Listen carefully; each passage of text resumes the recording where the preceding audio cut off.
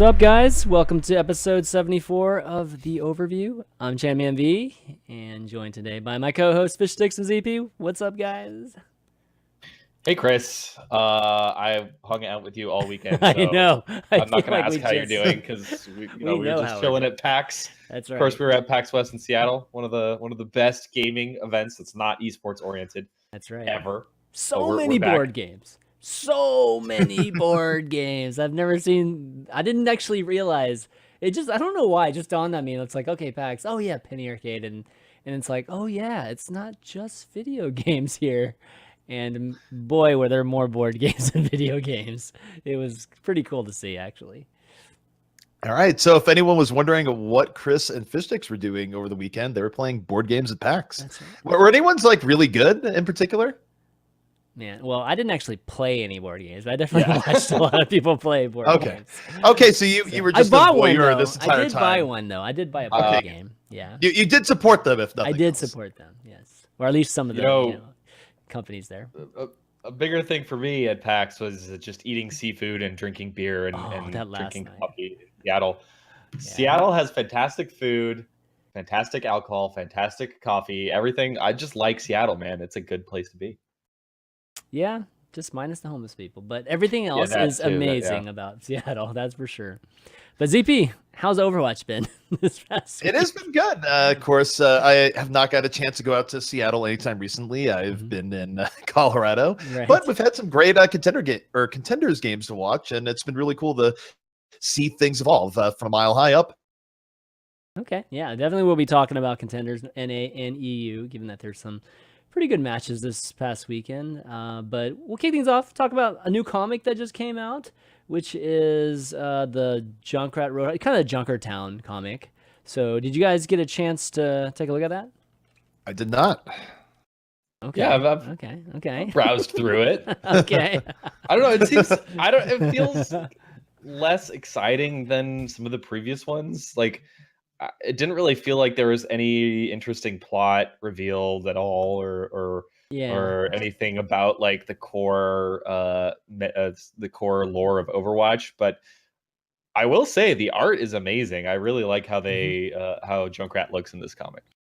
It's pretty awesome. I mean, I think the main thing with the comic was just this is the origins of Roadhog and Junkrat, right? How they met, how they end up becoming this dynamic duo.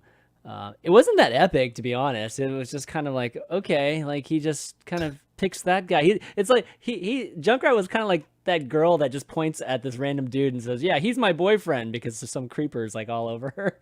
I feel like that was kind of what happened there with Junkrat and Roadhog, and then now all of a sudden they're just, this Batman and Robin of the Badlands, basically. So it's like you said, I think it was one of the least interesting ones that out of all the ones I've seen. Well, look, if nothing else, it's a little bit timely, right? Where Junkrat and Roadhog both recently got buffed, so yeah, and they had the why not? Well, why not throw out I wonder if they time it like that. I think it's probably coincidence, but yeah, you will probably be seeing more Junkrat as time goes on. I mean, hey, if you're Taimu, you're seeing more Junkrat now, right? And if you're playing on ranked, you're also seeing a lot more Junkrat. Definitely seeing a lot more. It's a force to be reckoned. That's true. Can't dumpster the Junkster. Can't dumpster the junk. Yeah, not anymore, at least. The time that Junkster's in the bottom has gone away. But anyways, check this out, guys. It's on comic.playoverwatch.com. Again, artwork's great, and hopefully continue making these things, or making these comics just to continue the lore, or explaining the lore for us. Next, we talk about just news, I guess. I mean, there's definitely been some player news as usual, but I would say it's been quieter than we've had in the last few weeks or months. We were due for a quieter week, but we still had pretty big drama here with Sinatra. So definitely the big, I think, news that came out or later last week was that Sinatra signed with NRG after everybody thought he was on Cloud 9, given that he was listed on their roster. And we even talked about them picking up Sinatra a week ago. So big news is that, or at least hasn't been officially announced, right? But he signed with NRG for $150K, which apparently is $50K more than what was originally talked about his salary, which is $100K. And again, this is all speculation. Apparently, that 50K came from basically a bidding war between NRG and C9. So, yeah, what do you guys think about this? You know, none of this is confirmed yet. We haven't heard from NRG official pickups or anything like that. But you know, most of the time, these type of things are true. So, what do you guys think? So, assuming that this is true, I think the most interesting part about this isn't even necessarily Sinatra himself, but what the implications are for other players that are looking for spots on OWL teams, players that know they are in a good position and valued. If they haven't signed on the dotted line yet, this is obviously going to potentially raise things up. I think the other thing that you can look at this here from a news standpoint is, what is this saying about what's going on behind the scenes, where, of course, a lot of OWL stuff is sort of shrouded in secrecy right now. But if this report is to be believed, you have teams that are really battling to sign players right now, and this is all going on sort of off the public sphere, where it does mean that the teams involved in OWL are really taking the signing period seriously, and you do have the sort of Game of Thrones-esque war going on to get the best players on a roster. So it's sort of interesting that this is going on behind the scenes, and the Sinatra stuff bubbling to the point where now you have their support. They get signed for 150K is sort of just one of the cracks in the veil of secrecy, perhaps, that you're now seeing in regards to rosters taking shape. It's exciting because it's the first. Well, it's still a rumor, obviously, and we have teams like the Lunatic High Squad has been announced as, you know, they're going to be part of an OWL squad, but it's one of the first signings that we've heard of. So hopefully this is the beginning of a very exciting couple of weeks and months as we lead into OWL. Of course, there's going to be a lot more signings coming through. To talk about the actual dollar amount, 150K. Some people are like, wow, that's a lot. Some people are middling about it. I'm kind of like not totally surprised. Sinatra is clearly one of the all-star players from the Western world. And while 150K is amazing, and it's awesome to hear and see that that's a feasible salary for any type of player. I mean, Sinatra is really the cream of the crop when it comes to the Western talent. So this doesn't seem like an earth-shattering number to me. It doesn't seem all that surprising, really. I'm really curious to see if, like, for me, it sounds a little high to me. And given that the original price was 100K for him, which I felt like that would have felt just right to me.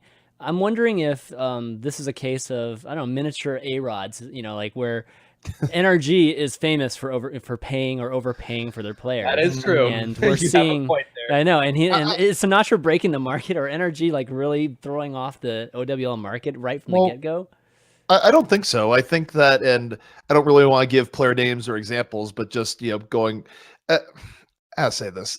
I think that it's not inconceivable to think that some players will actually be getting more than this potentially. I think 150 will definitely be on the high end, but if this report is in fact true, and just to sort of, you know, bring it back down here, is that for those who haven't been following, the minimum salary for Overwatch League is 50,000 per player. So Sinatra is getting paid 3 times the minimum, which is quite a large amount.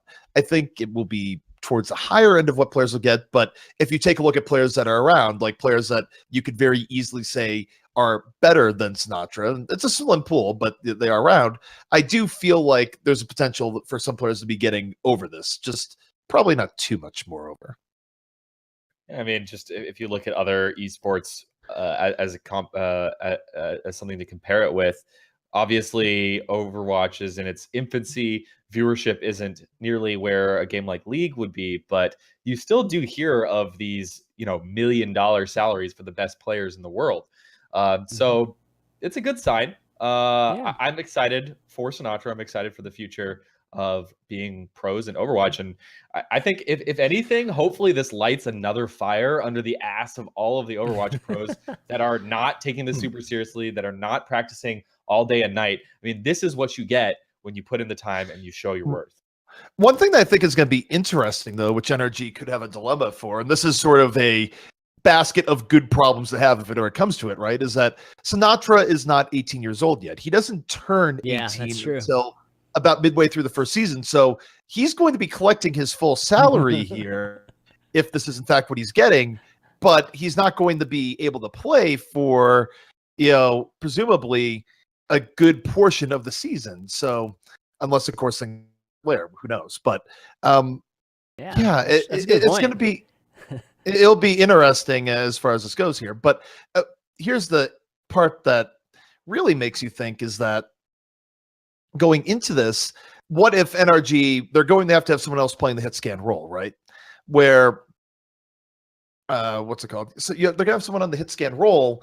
And what if that person's doing really well? Do you and NRG is winning with whoever that person may be? Yeah. Do you then bench that person so Sinatra can play if you're doing really well? Like, what if Sinatra gets all the time, Drew Bledsoe to exactly, Tom Brady before he even gets to play? If it is a case I don't where think that's he can't play in the beginning. I don't think that's going to happen. I mean, I think NRG would just sign that player too, and they'll have like obviously 2 great hit scan players, but Sinatra's 17, so yeah, he's actually not getting benched because he's injured, like that typical kind of scenario happens. He's actually getting benched just because he's too young. So I think this situation is going to be a bit different, and it is going to be a dilemma though. I could, if they're fortunate enough to have that dilemma, they should just be happy about it. I mean, I don't think it's going to be that big a deal for them.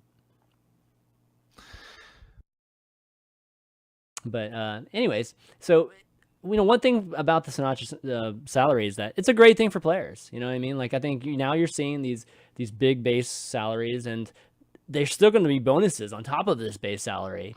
So players are going to be getting paid very, very healthy, and that's really great to see, given that these guys are going to be obviously fully committed now. And the more and more we hear about OWL, the more and more we are seeing the money.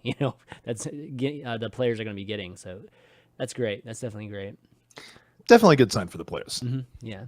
Okay, so another bit of news. We've got some maybe some hints at players possibly being on other teams, and we see Jake, Surefour, and Kragie being on different rosters listed this past week. And Jake apparently listed as a sub for FaZe, and Surefour and Kragie subbing for C9 EU. Yeah, what do you guys think? I mean, Jake obviously has been hinting, and there's been various tweets and little clips from Jake's stream that things are looking good for him.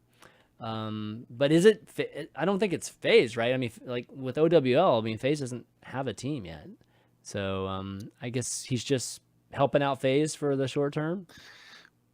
Maybe. I think if one thing isn't clear to you, and it probably should be, these contenders rosters I feel like they mean almost nothing at this point. Agree. Like, people are reading so much into who's subbing for who and who's playing for who, when ultimately, my strong feeling, and a lot of people in the scene, strong feeling as well, is that most of these teams are going to be shattered and built back together from the ground up. So a lot of these players, Surefour, the Cloud9 NA squad he was on, didn't qualify for contenders. Of course, he's going to try and play for teams and get his name out there more. And he's an incredibly talented DPS, so it makes sense that he would get out there. Same with Jake. But it doesn't really mean anything in terms of the long-term spot for these squads. Well, so there is a meta game going on here, right? Where a lot of the players are obviously being involved in OWL tryouts. It's no secret that teams are trying out players for OWL. So that's definitely affected the quality of play for some teams that have been playing, where not every team is getting the practice time they're looking for here. You can't, for this situation here where you have Jake on the FaZe sub roster and Surefour and Kragie on the C9 EU roster. Don't forget that there was a roster lock for EU and NA contenders, where now the people you have on your roster, the people you can't add or remove going forward here. So this could also just be a case of, hey, if someone can't play, do you mind filling in? Even if the player isn't really intending on playing for the team. This could just be security, if nothing else. So will we see Jake suddenly play for FaZe or Surefour, Kragie sub in for C9? Jake subbing in for FaZe seems less likely than Surefour and Kragie subbing in for C9, because C9 is clearly trying to figure out who they want to play with, particularly in the hit scan spot, where they've gone from, of course, they were with Sinatra, and now it seems like they're not with Sinatra, based on the fact that Mikey was playing in a spot last week. But both Surefour and Kragie can play Tracer. Kragie in particular is known for having a very good Tracer, so maybe we'll see C9 bop back and forth between who's playing their hit scan. I wouldn't be too surprised. Okay. Let's see. Next bit of news we've got here is actually our buddy Flame announced he was going full time, which is really cool, given that he's been definitely back and forth, obviously on the show talking about that, and also in like a lot of offline type of conversation. He's been trying to figure out when the right time to dive in, or if it was the right decision for him. And clearly, it's the right decision for him because I've been expecting this for a very, very long time. I think he just had to come to grips with it and have a very good situation ready for him. What do you guys think? Well, there's just a time, especially when you're involved in the broadcasting end, and Flame has options to do broadcast consulting, whatever it may be. But there certainly does come a time where you have to decide: are you all in? Are you going to make it your career, or are you not? Because when you're holding down a full-time job, it's very difficult for companies and organizations to commit behind you when you're always going to have other conflicts arising. There's very, very few people in esports that can pull off having a full-time job doing something not esports and still going in and like doing events, etc. Particularly in the broadcasting end, where frankly people have to be available. So this definitely helps Flame going forward and going, I would like to cast this event. No, I don't have a conflict with my job. The only conflicts I'd have would be other broadcasting things. So it's a good development. Yeah. You're right, ZP. It is very difficult for anyone to get into the scene who has a full-time job. He knows. He absolutely knows. Not trying to cut too close to home there, Ben. This is reality. It is reality, and it makes perfect sense for Flame to do this. Look, he's going to have a job somewhere. Whether it's coaching a team or doing strategizing for a team or making content for OWL or casting or doing an analyst role or GM for a whole team. Mm-hmm. Any of those I think are on the table for someone with the level of clout that Flame's got. So this one makes a lot of sense. And I know he's been super unhappy at his job recently. It's like not just he wants to do Overwatch full time. Yep. He's also been really unhappy at his job. So good on you. Yes. Good on this is you. like perfect situation. I hate my current job, and like there's something I'm super passionate about, like waiting in the works for me. So no brainer for Flame here, and excited for him, and can't wait to hear what that job is going to end up being, because I'm sure we're going to be hearing in the very near future, maybe 2 weeks after this, maybe before too. Who knows? Okay, next bit of news is the venue in which I believe Season 1 is going to be, or at least of OWL will be played in and broadcasted from, was announced. So it sounds like Blizzard is, or it doesn't sound like, Blizzard is building an arena in LA. And they announced it, when did they announce it? They announced it, they announced it today, actually, right? And yes. It sounds like it's going to be the Burbank studio, but Burbank studio we've actually seen in the past, but it's going to be totally renovated so that it's going to be perfect, or going to be suitable for the Overwatch League. There's going to be 450 seats in there. There's going to be spectator boxes for special guests, and there's going to be some practice areas. Pretty cool. I mean, a lot of things that obviously you don't see right now in the Burbank studios, but it sounds like the facilities will be pretty cool, and maybe something similar to the LCS studio. I don't know. What do you guys think? I've never been to the LCS studio, so have you? Have you guys been there? I'm not. I'm really curious to know how this compares, how it stacks up. Mm-hmm. I don't play League or watch a ton of League, but I've tuned into LCS before. Yeah. And 450 seats, I gotta feel like that's bigger than what LCS has for the regular play days. I could be wrong, and someone feel free to jump in at any time if you know better than I do, which you probably do. But 450 seats, that pretty doesn't good. Yeah. necessarily sound like a lot compared to huge sports stadiums, which can facilitate 20,000 people. We've seen that in esports many, many, many times. But you have to remember, this is for the regular season. There's going to be multiple broadcast days every single week for many, many months in this studio, and it's more of a studio than an arena.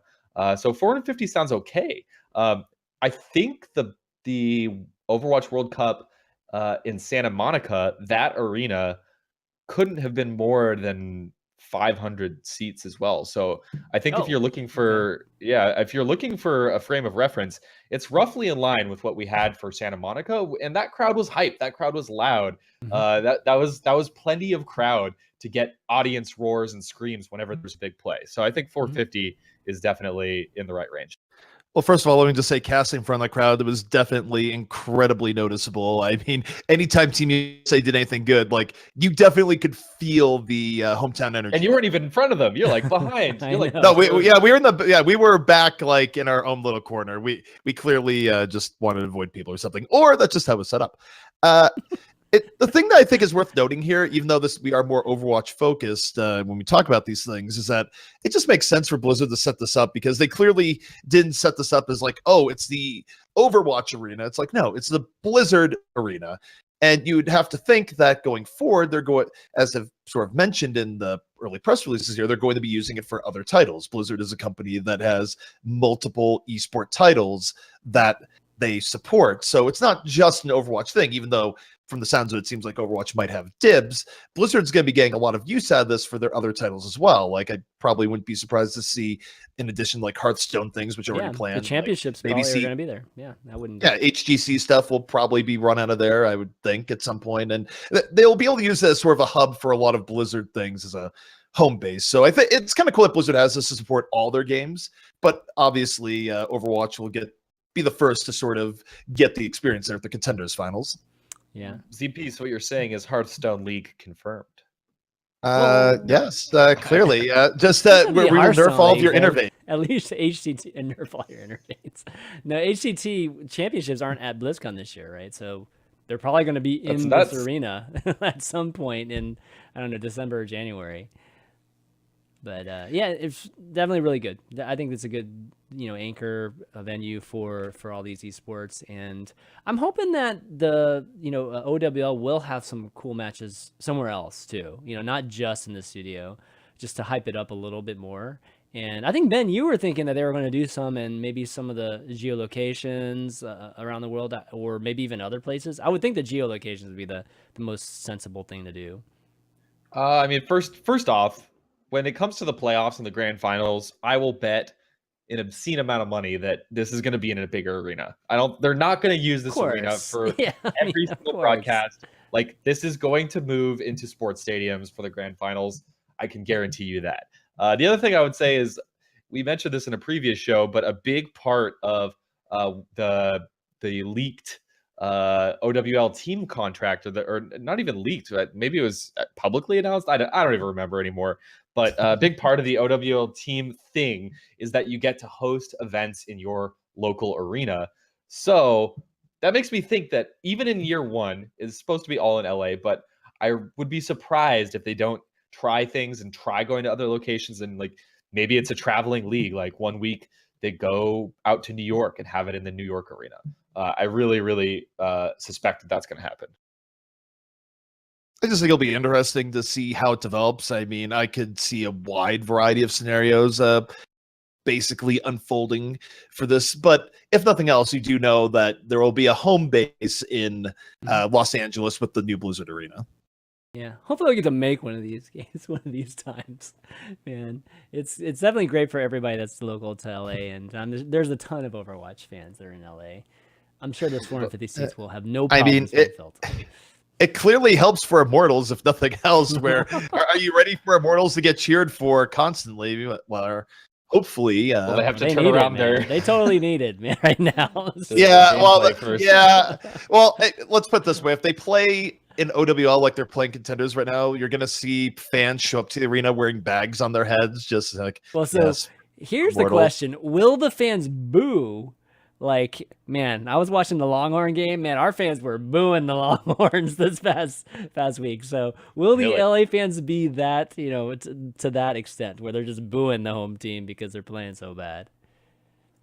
One more point here on the arena note is that the Overwatch Contenders season finals has been announced October 7th and 8th, and it will be in this arena. Yeah. So you're going to see this thing in short order. Break it in. Yeah.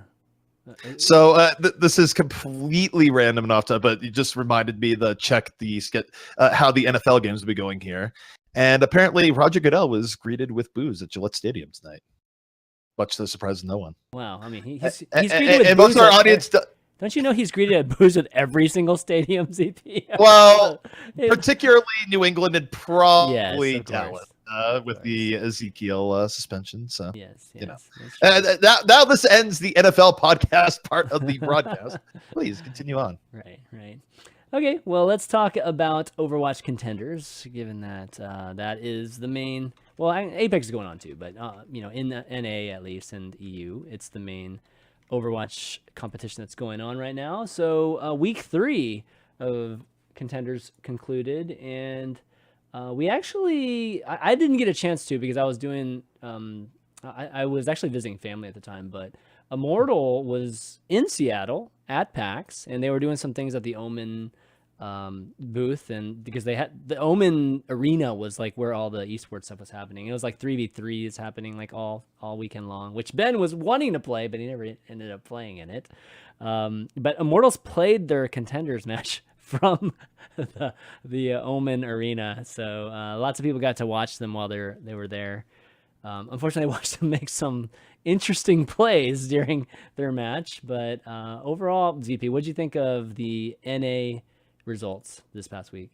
I'll bring them up. Well, I think right now, if you could bring up the standings, that'd be pretty enlightening, just to sort of give people a overview if they haven't been watching. But from the North American side, it's been bad for Immortals. Obviously, is now to give you an idea, for the Immortals to make the playoffs now, not only do they have to win out on their final remaining matches, but they also need to get help from other teams, where the teams in the middle of the pack basically have to lose out. So Immortals, they're in a very tough spot.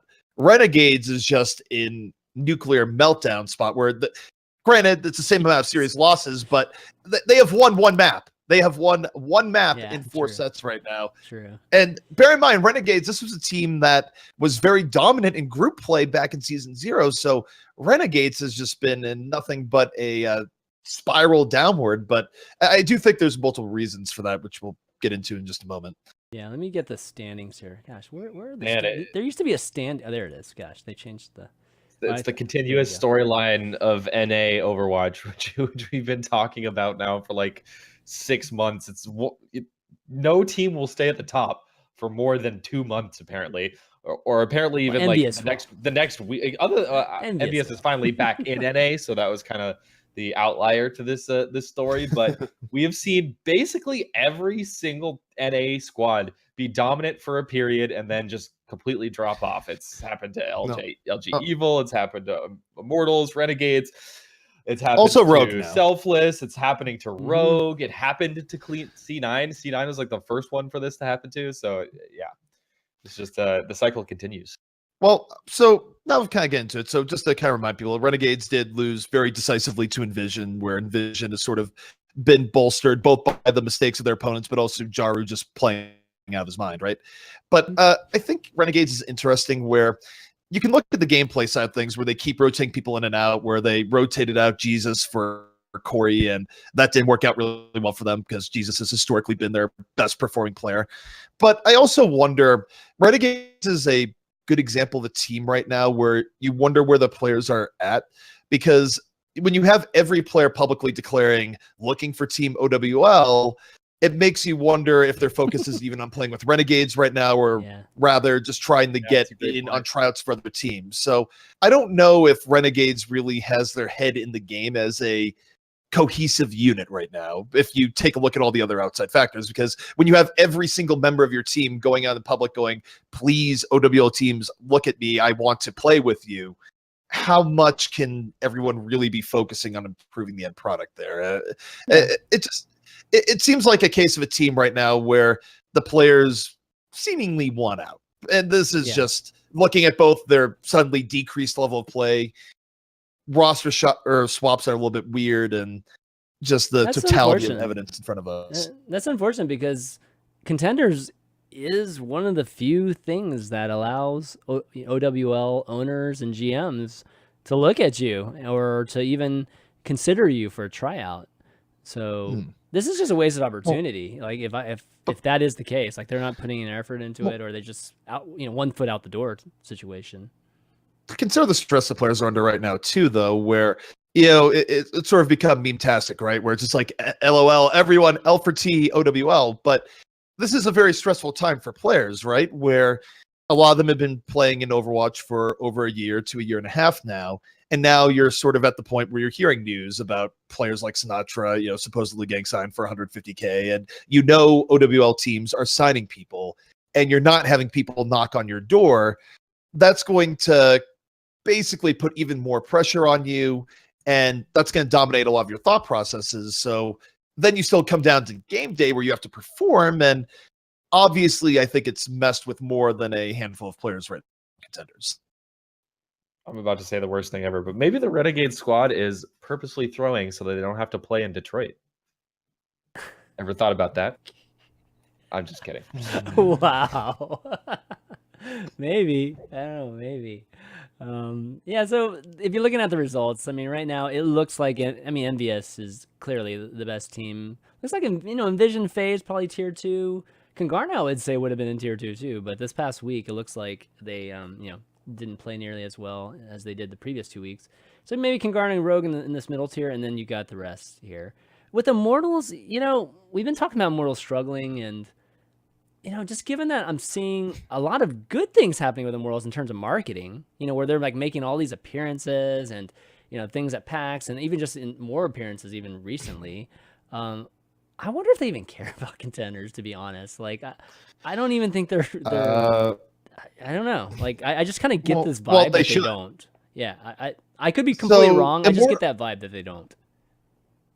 Immortals doesn't have the excuse that Renegades does, where Renegades, you have the players just really all going out looking for Team OWL, where clearly they're unsure about their OWL prospects. Immortals, like, this is a team that we know is very much in Overwatch League, and this is a case where the players should be playing out of their minds to defend their spots, and we haven't been seeing that. And I think for Immortals, they don't really, like I said, they don't have the excuses that the other teams have here.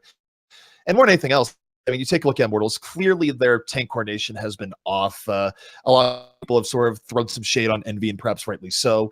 The other thing, too, is that we're in the era of the hard carry tracer. We're in where if your tracer isn't doing incredible amounts of work, or your hit scan in general isn't able to bring that power, your team is going to suffer. I would point to you on the EU side, which, of course, we're going to get to in a moment here, but look at how Misfits was transformed by adding Logix to their roster, where you add Logix in and Misfits is getting like every third team fight for free because Logix is just blowing people up and being a constant oppressive force that opens up the rest of his team. Frankly, you're not getting that from Grim Reality now. You're not getting Logix level performance. You're not even getting close to that. And a common theme for the teams that are doing really well, where you look at the North American side, the dominant team right there is Envy. Who do they have on that roster? They have Effect, who is, again, just an unbelievably godly tracer, and also can flex to other things very well also. Envy is a lot of things going for them. But I think for Immortals is that they definitely need more other tracer play period. So Grim has definitely had a very rough season 1 here so far. But also, you combine that with their tank troubles and what we've been seeing sort of from Envy and the Coronation. It's led to this sort of like strange mix where Immortals just hasn't done well at all. And it's very unfortunate because you stop and think about it. This is the team that was your season 0 champion.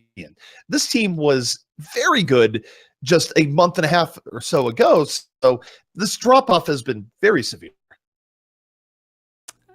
Yeah. And shocking. I mean, surprising.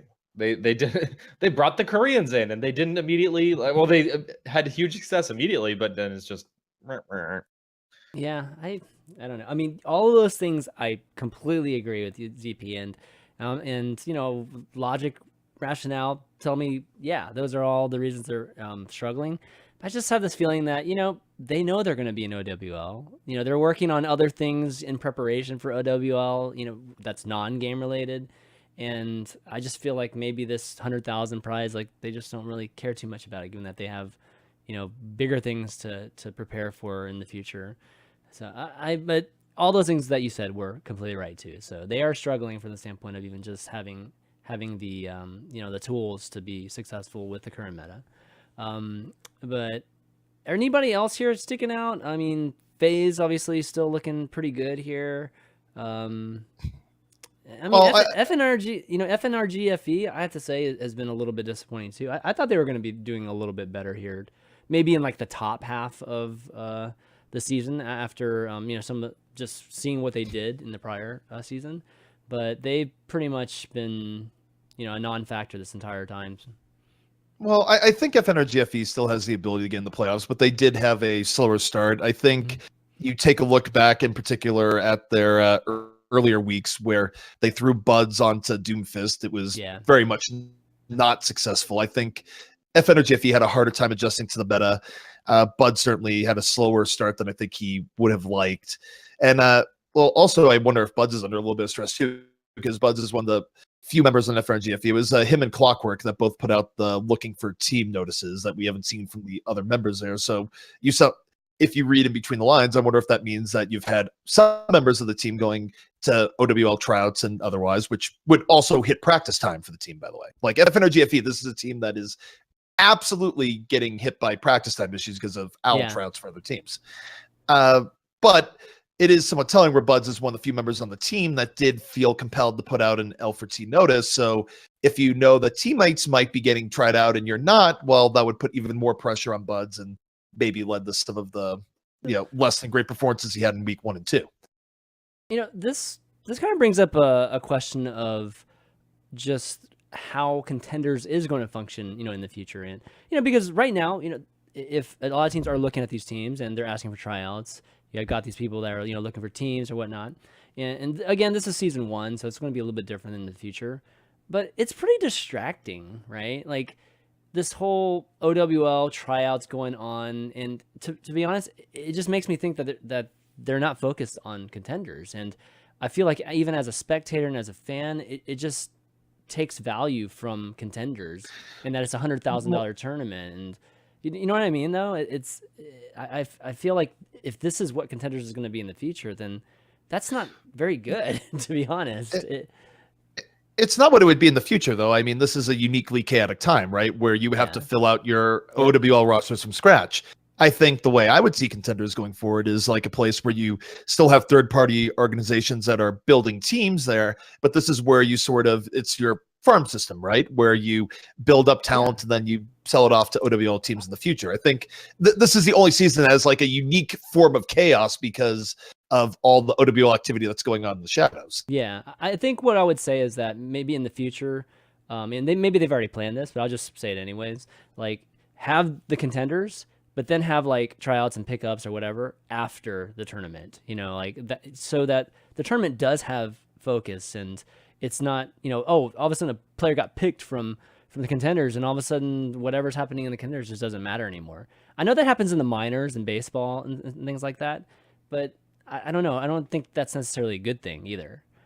Just because I think Contenders will probably be a little bit bigger than what the minor leagues are in baseball, from the standpoint of potential people watching it and maybe importance from that standpoint. So I just hope they just delineate time periods where they can pick them up. You'd have to have shorter Contender seasons too. Like you can have like, months and months and months. You'd have to have, maybe 3 months or 2 months, but it would help me at least as a spectator be able to focus on Contenders a bit more. Yeah, I definitely agree. Mm-hmm. I think you're right, Chris. I think Contenders will be a bigger deal than like NBA D League or we don't. Nobody. I mean, there are some people that watch it, but I've never seen a minor D League game. I've gone to a minor league game, like a baseball game, but on TV, like I never watched minor league games on TV. ZP, do you ever watch it? I had this conversation with you one time, right? Like, have you ever watched a D League game or a minor league baseball game?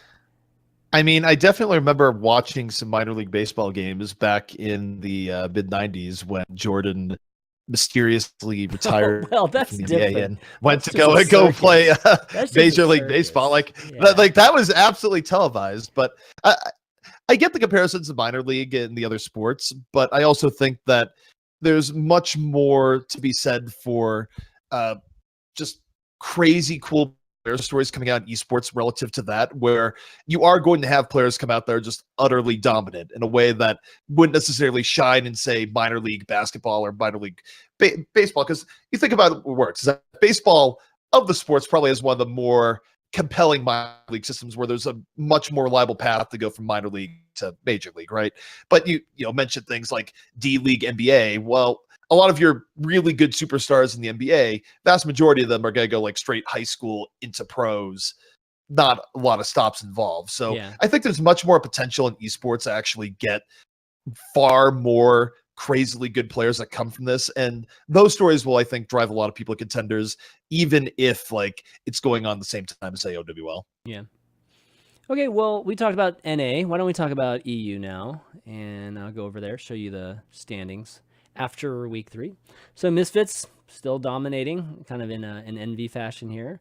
And 1-2-3 still doing really, really well too. Cloud9 2-1. I mean, you pretty much have 3 have-nots and 5 halves for the most part here. So they've just been beaten up on E United, Bazooka Puppies, and Singularity, racking up wins against them. So any thoughts here? United, obviously. I mean, United's pretty much like the Immortals of the EU side. United has been somewhat less severe of a drop compared to Immortals, even though they haven't won any games here so far.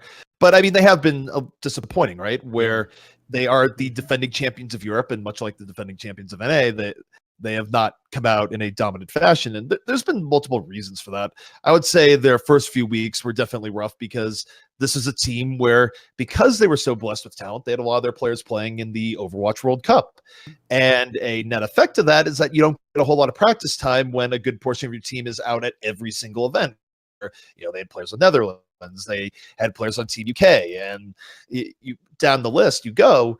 So they definitely had to play catch up. I'd argue that historically United has sometimes been a little bit rough around the edges and adapting new metas to begin with.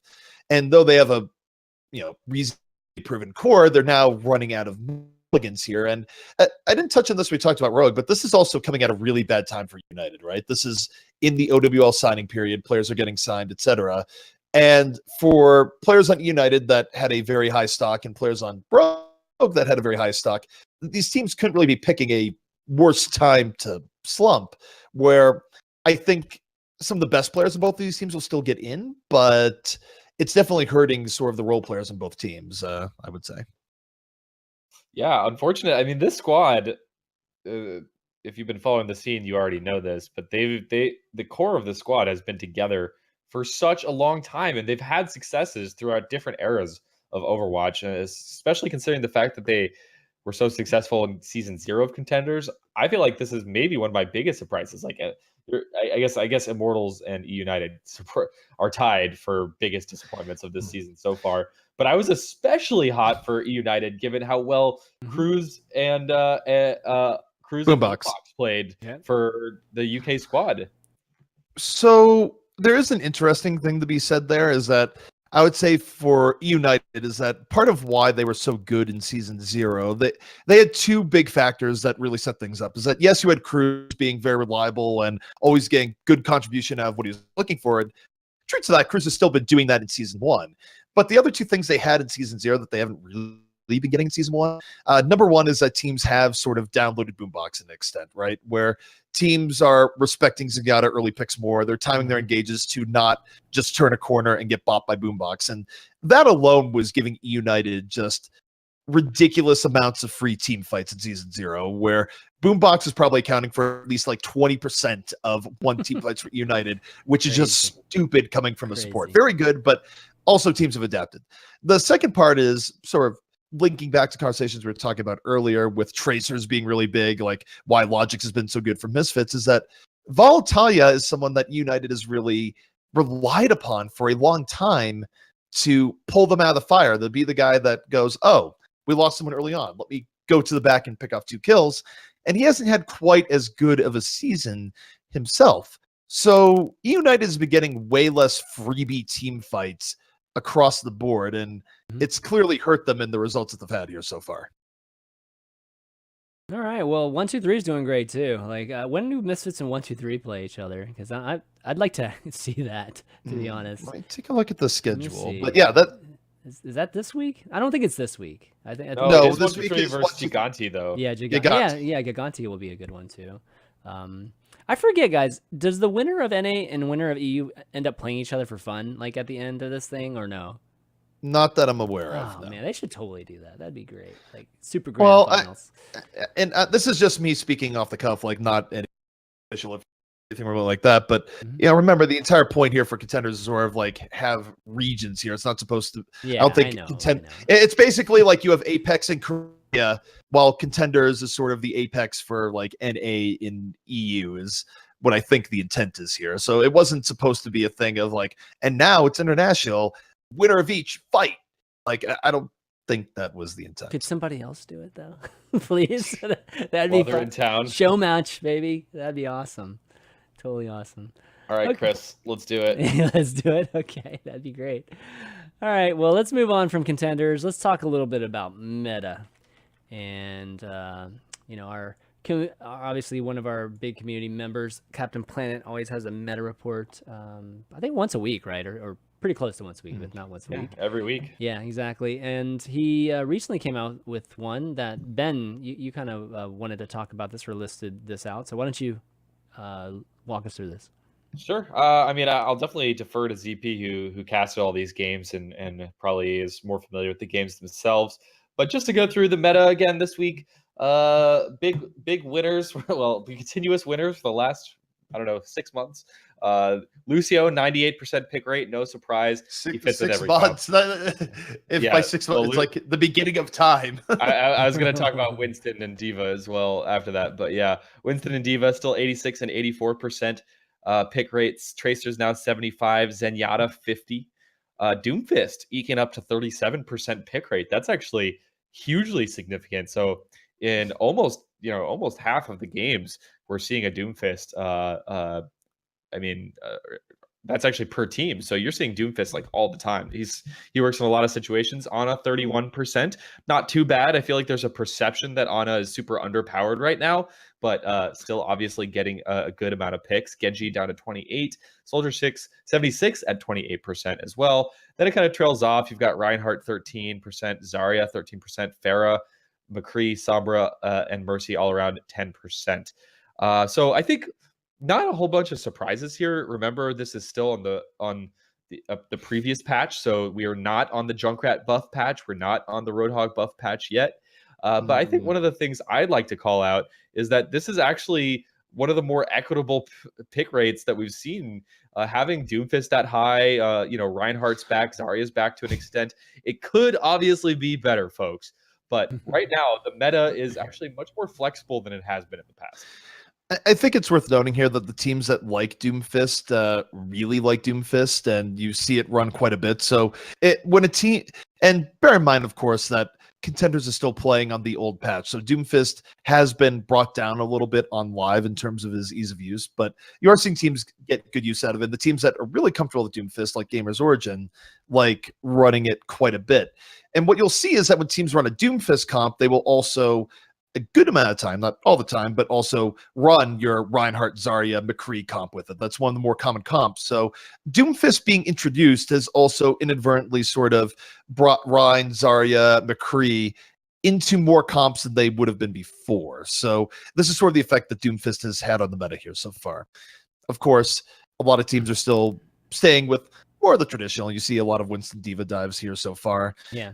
Then the Ana will vary by team, where some teams will pull out the Ana more frequently on defense, even though it sacrifices tank killing power. So we're seeing change-ups here. And let me just say that the 1% for Junkrat there is an just absolutely glorious 1%. It is. It was going to be so different. Well, the thing is that you saw what Taimu has been able to do with the unbuffed Junkrat versus what is going to be an absolute terror and has been a terror in ranked with the buffed Junkrat. So hold on to your butts. The age of the Junkster is coming. Yeah. Oh yeah. Well, yeah. I'm curious to see what Junkrat does. I'm curious to see what Mercy does. And, by the time the Mercy one comes out. But let's talk about Lucio. So Lucio 98%, and historically speaking, and we've seen Lucio in this position for a very long time now, being that or picked at that rate has been a bad thing. Something that Blizzard doesn't necessarily want players to do. We're not talking about just the general demographic. We're obviously talking about the pro scene here, but I'll pose the question: is this a problem? Is Lucio still a problem, even though that they've redesigned him to an extent? And a lot of people were happy with the redesign. But is he still a problem? Just that he's picked so much, and he still is a must pick in many people's eyes, if not everybody's eyes. I mean, I don't know if I would classify as a problem. I would still argue that overall we're getting more variety than we have in a lot of other metas. Yeah. Every support is getting its day right now, even though Mercy has dropped off a little bit because you see less teams running Fair Mercy.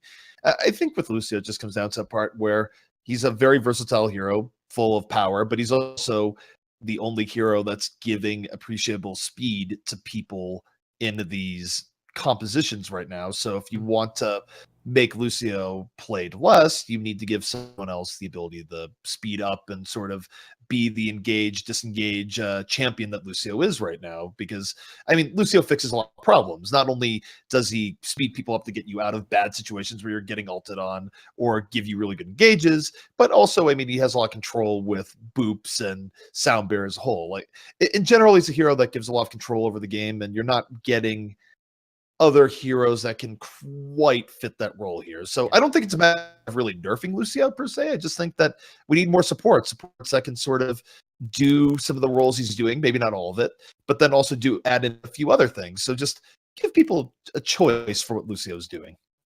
Yeah, it's not ideal ever to have a hero basically be a must pick, which is really what Lucio is. And also, by the way, there's no signs of that changing either. I mean, the Mercy patch isn't going to change that. But Mercy's going to be awesome, but you're going to be running Lucio with that Mercy every single time. The caveat, though, I'll agree with CP. Like, he's actually a fun, dynamic hero that makes the game faster, makes the game more dynamic. So from does it make Overwatch less fun to watch because Lucio's picked so much? I don't think so. I think it's better with him in it, and it's better with him in every game. We just need more options. Someone in chat has mentioned there's like 13 DPS characters to choose from and still legitimately only 4 healers. So give us some more support options, Blizzard. I'm sure it's coming. I'm sure the next hero is going to be a support, but they could give a lot of support, but to ZP's point and to your point, speed is clearly super high on the list of power abilities, and especially from a support player. I would be surprised they give at least a very, very redundant type of character so that Lucio's just not played, or maybe you choose. I don't know. Maybe that is a good thing. Maybe we have 2 speed characters, and you kind of split between the two, and something's different about it, right? The ultimate's not necessarily something that's health related. It's something maybe offensive related. One thing I think it's important to clarify for people who don't follow comp completely closely is that you don't actually see every team running Lucio. There are points where from teams on defense, you see it a lot more on, say, first point defenses, where we've seen it on like Hanamura, we've seen it on Gibraltar, and the general idea there is to sort of be more of a stand and fight defense where you just punish teams for diving in and have a little bit more firepower because, of course, both heroes have more power in their healing and just damage than Lucio has straight up. So it's not that every single comp runs a Lucio. We have seen teams experiment out of the mold. It's just most games will still have a Lucio in them. I just had this idea. Give us a support hero that can deploy a jump pad that heals you or something. I don't know. Wow. Like something that allows you to that would be crazy. Fight. Oh man, I love this idea. Blizzard, I know you watch every jump podcast. pad? Like a jump pad that gives you a burst of speed. How cool would that shit be? Boom. Okay, all right. That one's for free, Blizzard. That one's for free. I mean, you've been right with some predictions in the past, so that would be crazy. That would be totally crazy, but pretty fun to watch if that were the case. But okay, anyways, that definitely cool. With Captain Planet's meta report, definitely go and check that out if you guys don't know about it for whatever reason. It's on overbuff.com. He does it every week, and it's a community favorite. And this is a thing where I'm not trying to step on the host. Maybe that's coming up here, but I do believe this episode was sponsored, was it not? Or is that the next one? No, that's the next one. We're actually going to never mind. I'm jumping next episode. Spoilers. I've jumped the gun entirely. Like we're talking about yeah, spoilers. But actually, it's not sponsored. It's selling out, guys. Remember, yeah, anytime you receive money for anything on the internet, you've sold out. That's so. You think come up here? I'm just making sure we're not forgetting. Thanks, CP. Like I would forget it's sponsored. I think Chris would know. Jesus. We talked about it. Yeah. Gosh. Okay. All right. But one question I have now is, God, was this? I think this was an official announcement from Blizzard, or no. It was one of the no. What I remember now. It was it, it was one of the coaches for one of the Contenders teams confirmed that next week of Contenders will potentially be on a new patch or on the new patch. Okay. Right? God, who was it? I can't remember. I'm sorry. But the question is, will it be on the current patch that's currently out on the ranked servers, or will we see the Mercy and Diva changes go out to live next week, and it'll go out on, and that will be what Contenders. Oh, Jesus, man. The one thing I will say before we move on from meta is I cannot wait for these Mercy and Diva changes to go through. I played a lot of PTR in between seasons, in the couple of days in between seasons towards the end of last season, and these Mercy changes and Diva changes both feel so good. I feel like every time I see a Mercy in my game now, I'm like, oh, it's the boring Mercy. It's not cool and exciting and dynamic like the new Mercy is going to be. So I can't wait for this patch to hit, and I hope to see Contenders on it soon. Maybe more McCree's coming out. Coffee Maker says the current patch 1.14. Yeah, I guess we'll find out. It'll be interesting. I mean, I think it's always cool to see how teams adapt around a new patch when it hits. Obviously, you take a look here. Envy is clearly ahead of the meta, where they're still somehow making Junkrat work on this patch. Really, I just want to get a skin at some point for Junkrat that replaces the Junkrat laughs with just a recorded audio file of Taimu laughing, because that's just how I imagine Taimu running things on the Envy team speak, where anytime it's like, just imagine Taimu's laugh echoing through your head as he kills like 3 people, because that is what the rest of Envy is almost certainly hearing whenever he has success with that hero right now. He gets some funny kills, man. You have to give it to him, though. If you watch a stream or you watch even the matches, it is pretty awesome to watch. And I could totally see a Taimu cosplay of Junkrat and laughing, just breaking out that laugh. Yes, please. Yes, that would be amazing. BlizzCon, Taimu. BlizzCon. One more question to ZP. If it goes live on the current patch or next patch, regardless, Junkrat's like a monster now, right? He's going to get picked. Or am I off the mark? Yeah. I mean, it seems like he's quite strong right now. You think every situation? There's always a possibility. Not every situation, but not every situation, but you get picked more. I mean, the question is, like, is it you sort of a paper tiger here, where people are overestimating just how strong he is? We'll have to see, right? Because you do sort of have this back and forth where something new comes out, people think it's really good, and then maybe people learn how to deal with it and it's used less. But he got so many buffs across the board that it would be difficult to think that you wouldn't be seeing more of him in general, and perhaps drastically more of him. I mean, he deals with Tracers and Genjis all right now that he has 2 mines. I mean, that mine is just about the mid-range where a Tracer wants to be, and a Genji wants to be even closer than that when he's 1v1ing you. So definitely seems like he could be like good anti-flanker. He's going to be fun to watch too. That's the one thing as a spectator too. He is one hero that's very easy to understand. The hero is not crazy shaky or anything like that. It's fun. He is the biggest troll in the entire game. Like both in thematic design and just actual play. Just good lord, Junkrat. It'll be interesting to see what we see from it. Of course, you have other changes that are coming in as well, and I mean, because you have the Roadhog changes that went in, the set changes that went in, and then of course coming in after that, you have the deep changes and mercy changes. So let no one tell you that competitive Overwatch hasn't seen its fair share of recent tweaks, because all these things, to some degree or another, should affect the metagame. And in fact, we have seen more variety here in Contender Season 1 than we saw throughout a lot of Contender Season 0. So there is some testament to the idea that the game is getting shaken up for the better in recent times. Okay. The thing I love about Overwatch meta is, like, imagine Junkrat does get a lot more picks. Like, what does well against Junkrat? Pharah. So you're probably going to see more Pharah Mercy to counter that. You know what else does well against Junkrat? I think McCree is actually a really good Junkrat counter right now as well. I just love how, like, one buff will have, like, that cascading effect and change just all these different things. Yep, absolutely. Okay, well, why don't we move on and do some email Q&A. We've received some questions from you guys this last week, and if you have any questions for us, go ahead and email us at theoverview@chanmanv.tv, and we'll try to bring your question onto the show, or we'll choose the best questions. Usually we read them all, just because we don't get like a ton of them, so that I have to, pick and choose. But we've got Chewing Judas.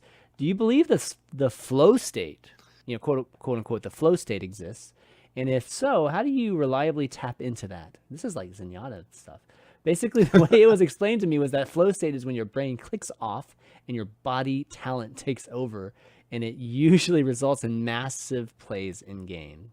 Thanks so much. So yeah, that's the zone, right? Is that what we call the zone? So, it's clearly some sort of zone, although really I want to just compliment the username going in there. That is an excellent Dante's Inferno reference. Yes. Because for those who haven't read Dante's Inferno, the final circle or the final level of hell is icy cold, reserved for traitors, because the author of Dante's Inferno was betrayed earlier in his life and thus really hated betrayers. But there was 3 betrayers that were being chewed upon by the devil there, and Judas was one of them. So I have to assume that is where this name comes from. So, some culture in your Overwatch podcast.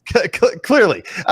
So, I mean, going to this flow state exists. I mean, there's certainly just thinking about experiences I had as a pro player in games like Tribes. I mean, there's certainly a point where you feel like you're doing really well and all the rest, but you're still having to make active decisions and listening to your team. And otherwise, you can't just completely zone out in a team game. Especially, I couldn't imagine you could zone out to the degree that you could in other games in Overwatch, where so much is based around making sure you're going at the right time, so on and so forth. But I mean, you could definitely hit a point where things are feeling really good and you're doing really well. Yeah, I'm not a pro player, but have you ever watched the Warriors play before? Have you ever seen Klay Thompson get into that zone? It's actually insane. Like, and a lot of basketball players will explain this feeling. He scores 37 points in a quarter. Yeah, that's pretty. Yeah, it's like where you feel like you can't miss, and the rim is just like 4 times larger than usual, and every shot just like feels effortless, and your brain starts to click off.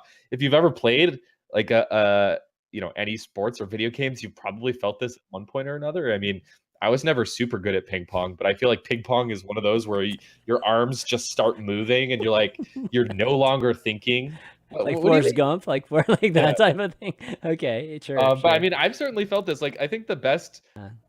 This is not going to be helpful at all. But like, the best thing you can do is just practice a lot. It's all about activating your muscle memory, and the only way to do that is by lots and lots and lots of repetitive practice. I've flipped into this zone in Overwatch. Like, occasionally I'll be playing ranked games for a couple of hours, and then like I'll have a game where like. Mm-hmm.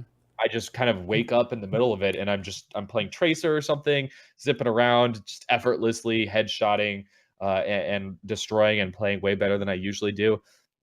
I don't know. Does that answer your question? Maybe it does. I don't know. I've had it happen twice in my life too. I mean, surely it's happened in gaming, but it doesn't stand out to me in different times of gaming. But I've had it happen twice in sports.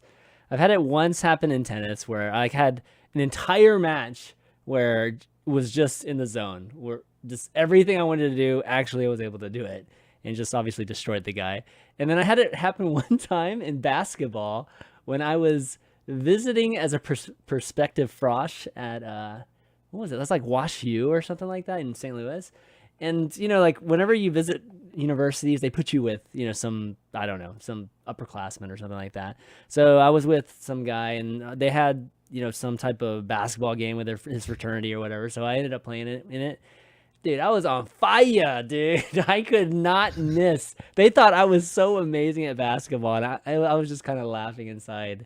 And I've never had that. I didn't miss a single shot. We played for 3 hours. I think I speak for everyone when I say that. Shot.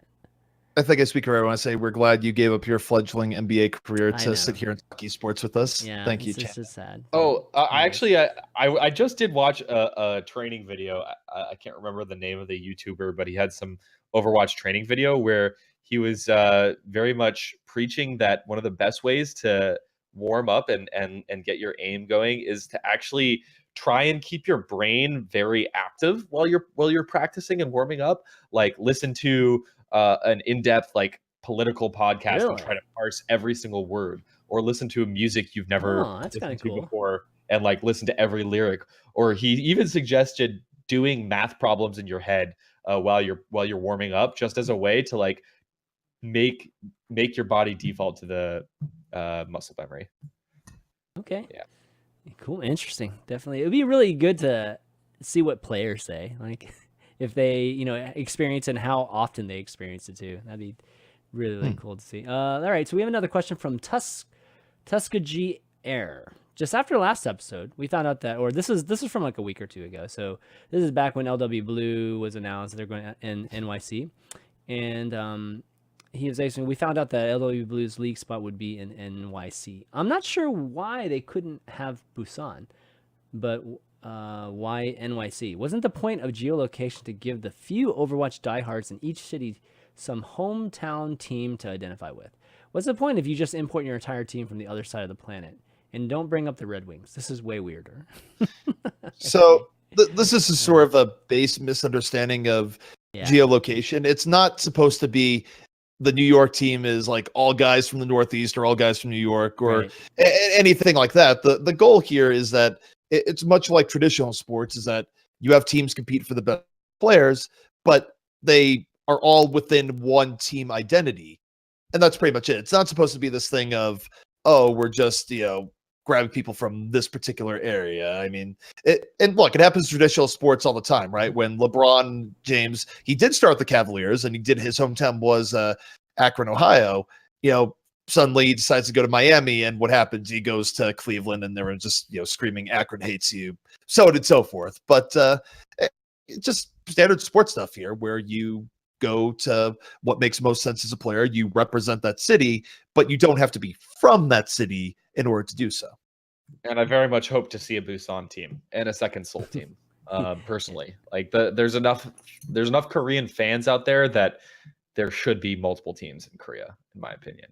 Yeah, so I think this is a very common thing that we see in the community where people are wondering the exact same thing that Tuskegee Air is wondering, and I think this is a product of all the like World Cup and country-centric, region-centric things that we've been doing and even talking about like on the show. And people think that geolocation is that, they think it's country-related. But it's not. The geolocation is about cities, and it has nothing to do with, what region any of the players are in. So, this is more like the NBA, like we're going to have people from Russia. We're going to have people from Germany. We have people from Spain playing on, San Antonio Spurs mostly, or the Mavs or something like, or the Cavs. No, not the Cavs, Mavericks. So I think we have to break that mentality of thinking that that's what this league is. The Seoul team could very much have NA players on it, and that should be okay too. And just in case people go, well, gee, I'm not convinced, isn't this hurting this? Is that all you have to do is look at traditional sports and how they've handled that, and how cities have rallied behind teams, and realize that, generally speaking, a city will rally around a winning team or even a losing team, depending on how strong their fan base is, period. You don't get a lot of, this sort of introspection of, oh, wow, the player isn't from our city, we can't root for this.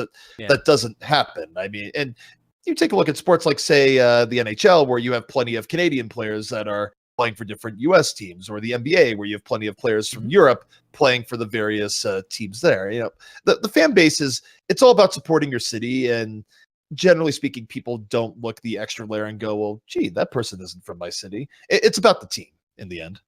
I mean, a lot of times that quote-unquote foreigner ends up being the most popular player on that team, right? So, I mean, we saw that. I mean, isn't it in China that like Tracy McGrady's jersey is like the most sold jersey like ever, I believe, or records. It's like broken records, something like that. And Tracy McGrady, it's a long time gone. I mean, he hasn't been crazy awesome for a long time.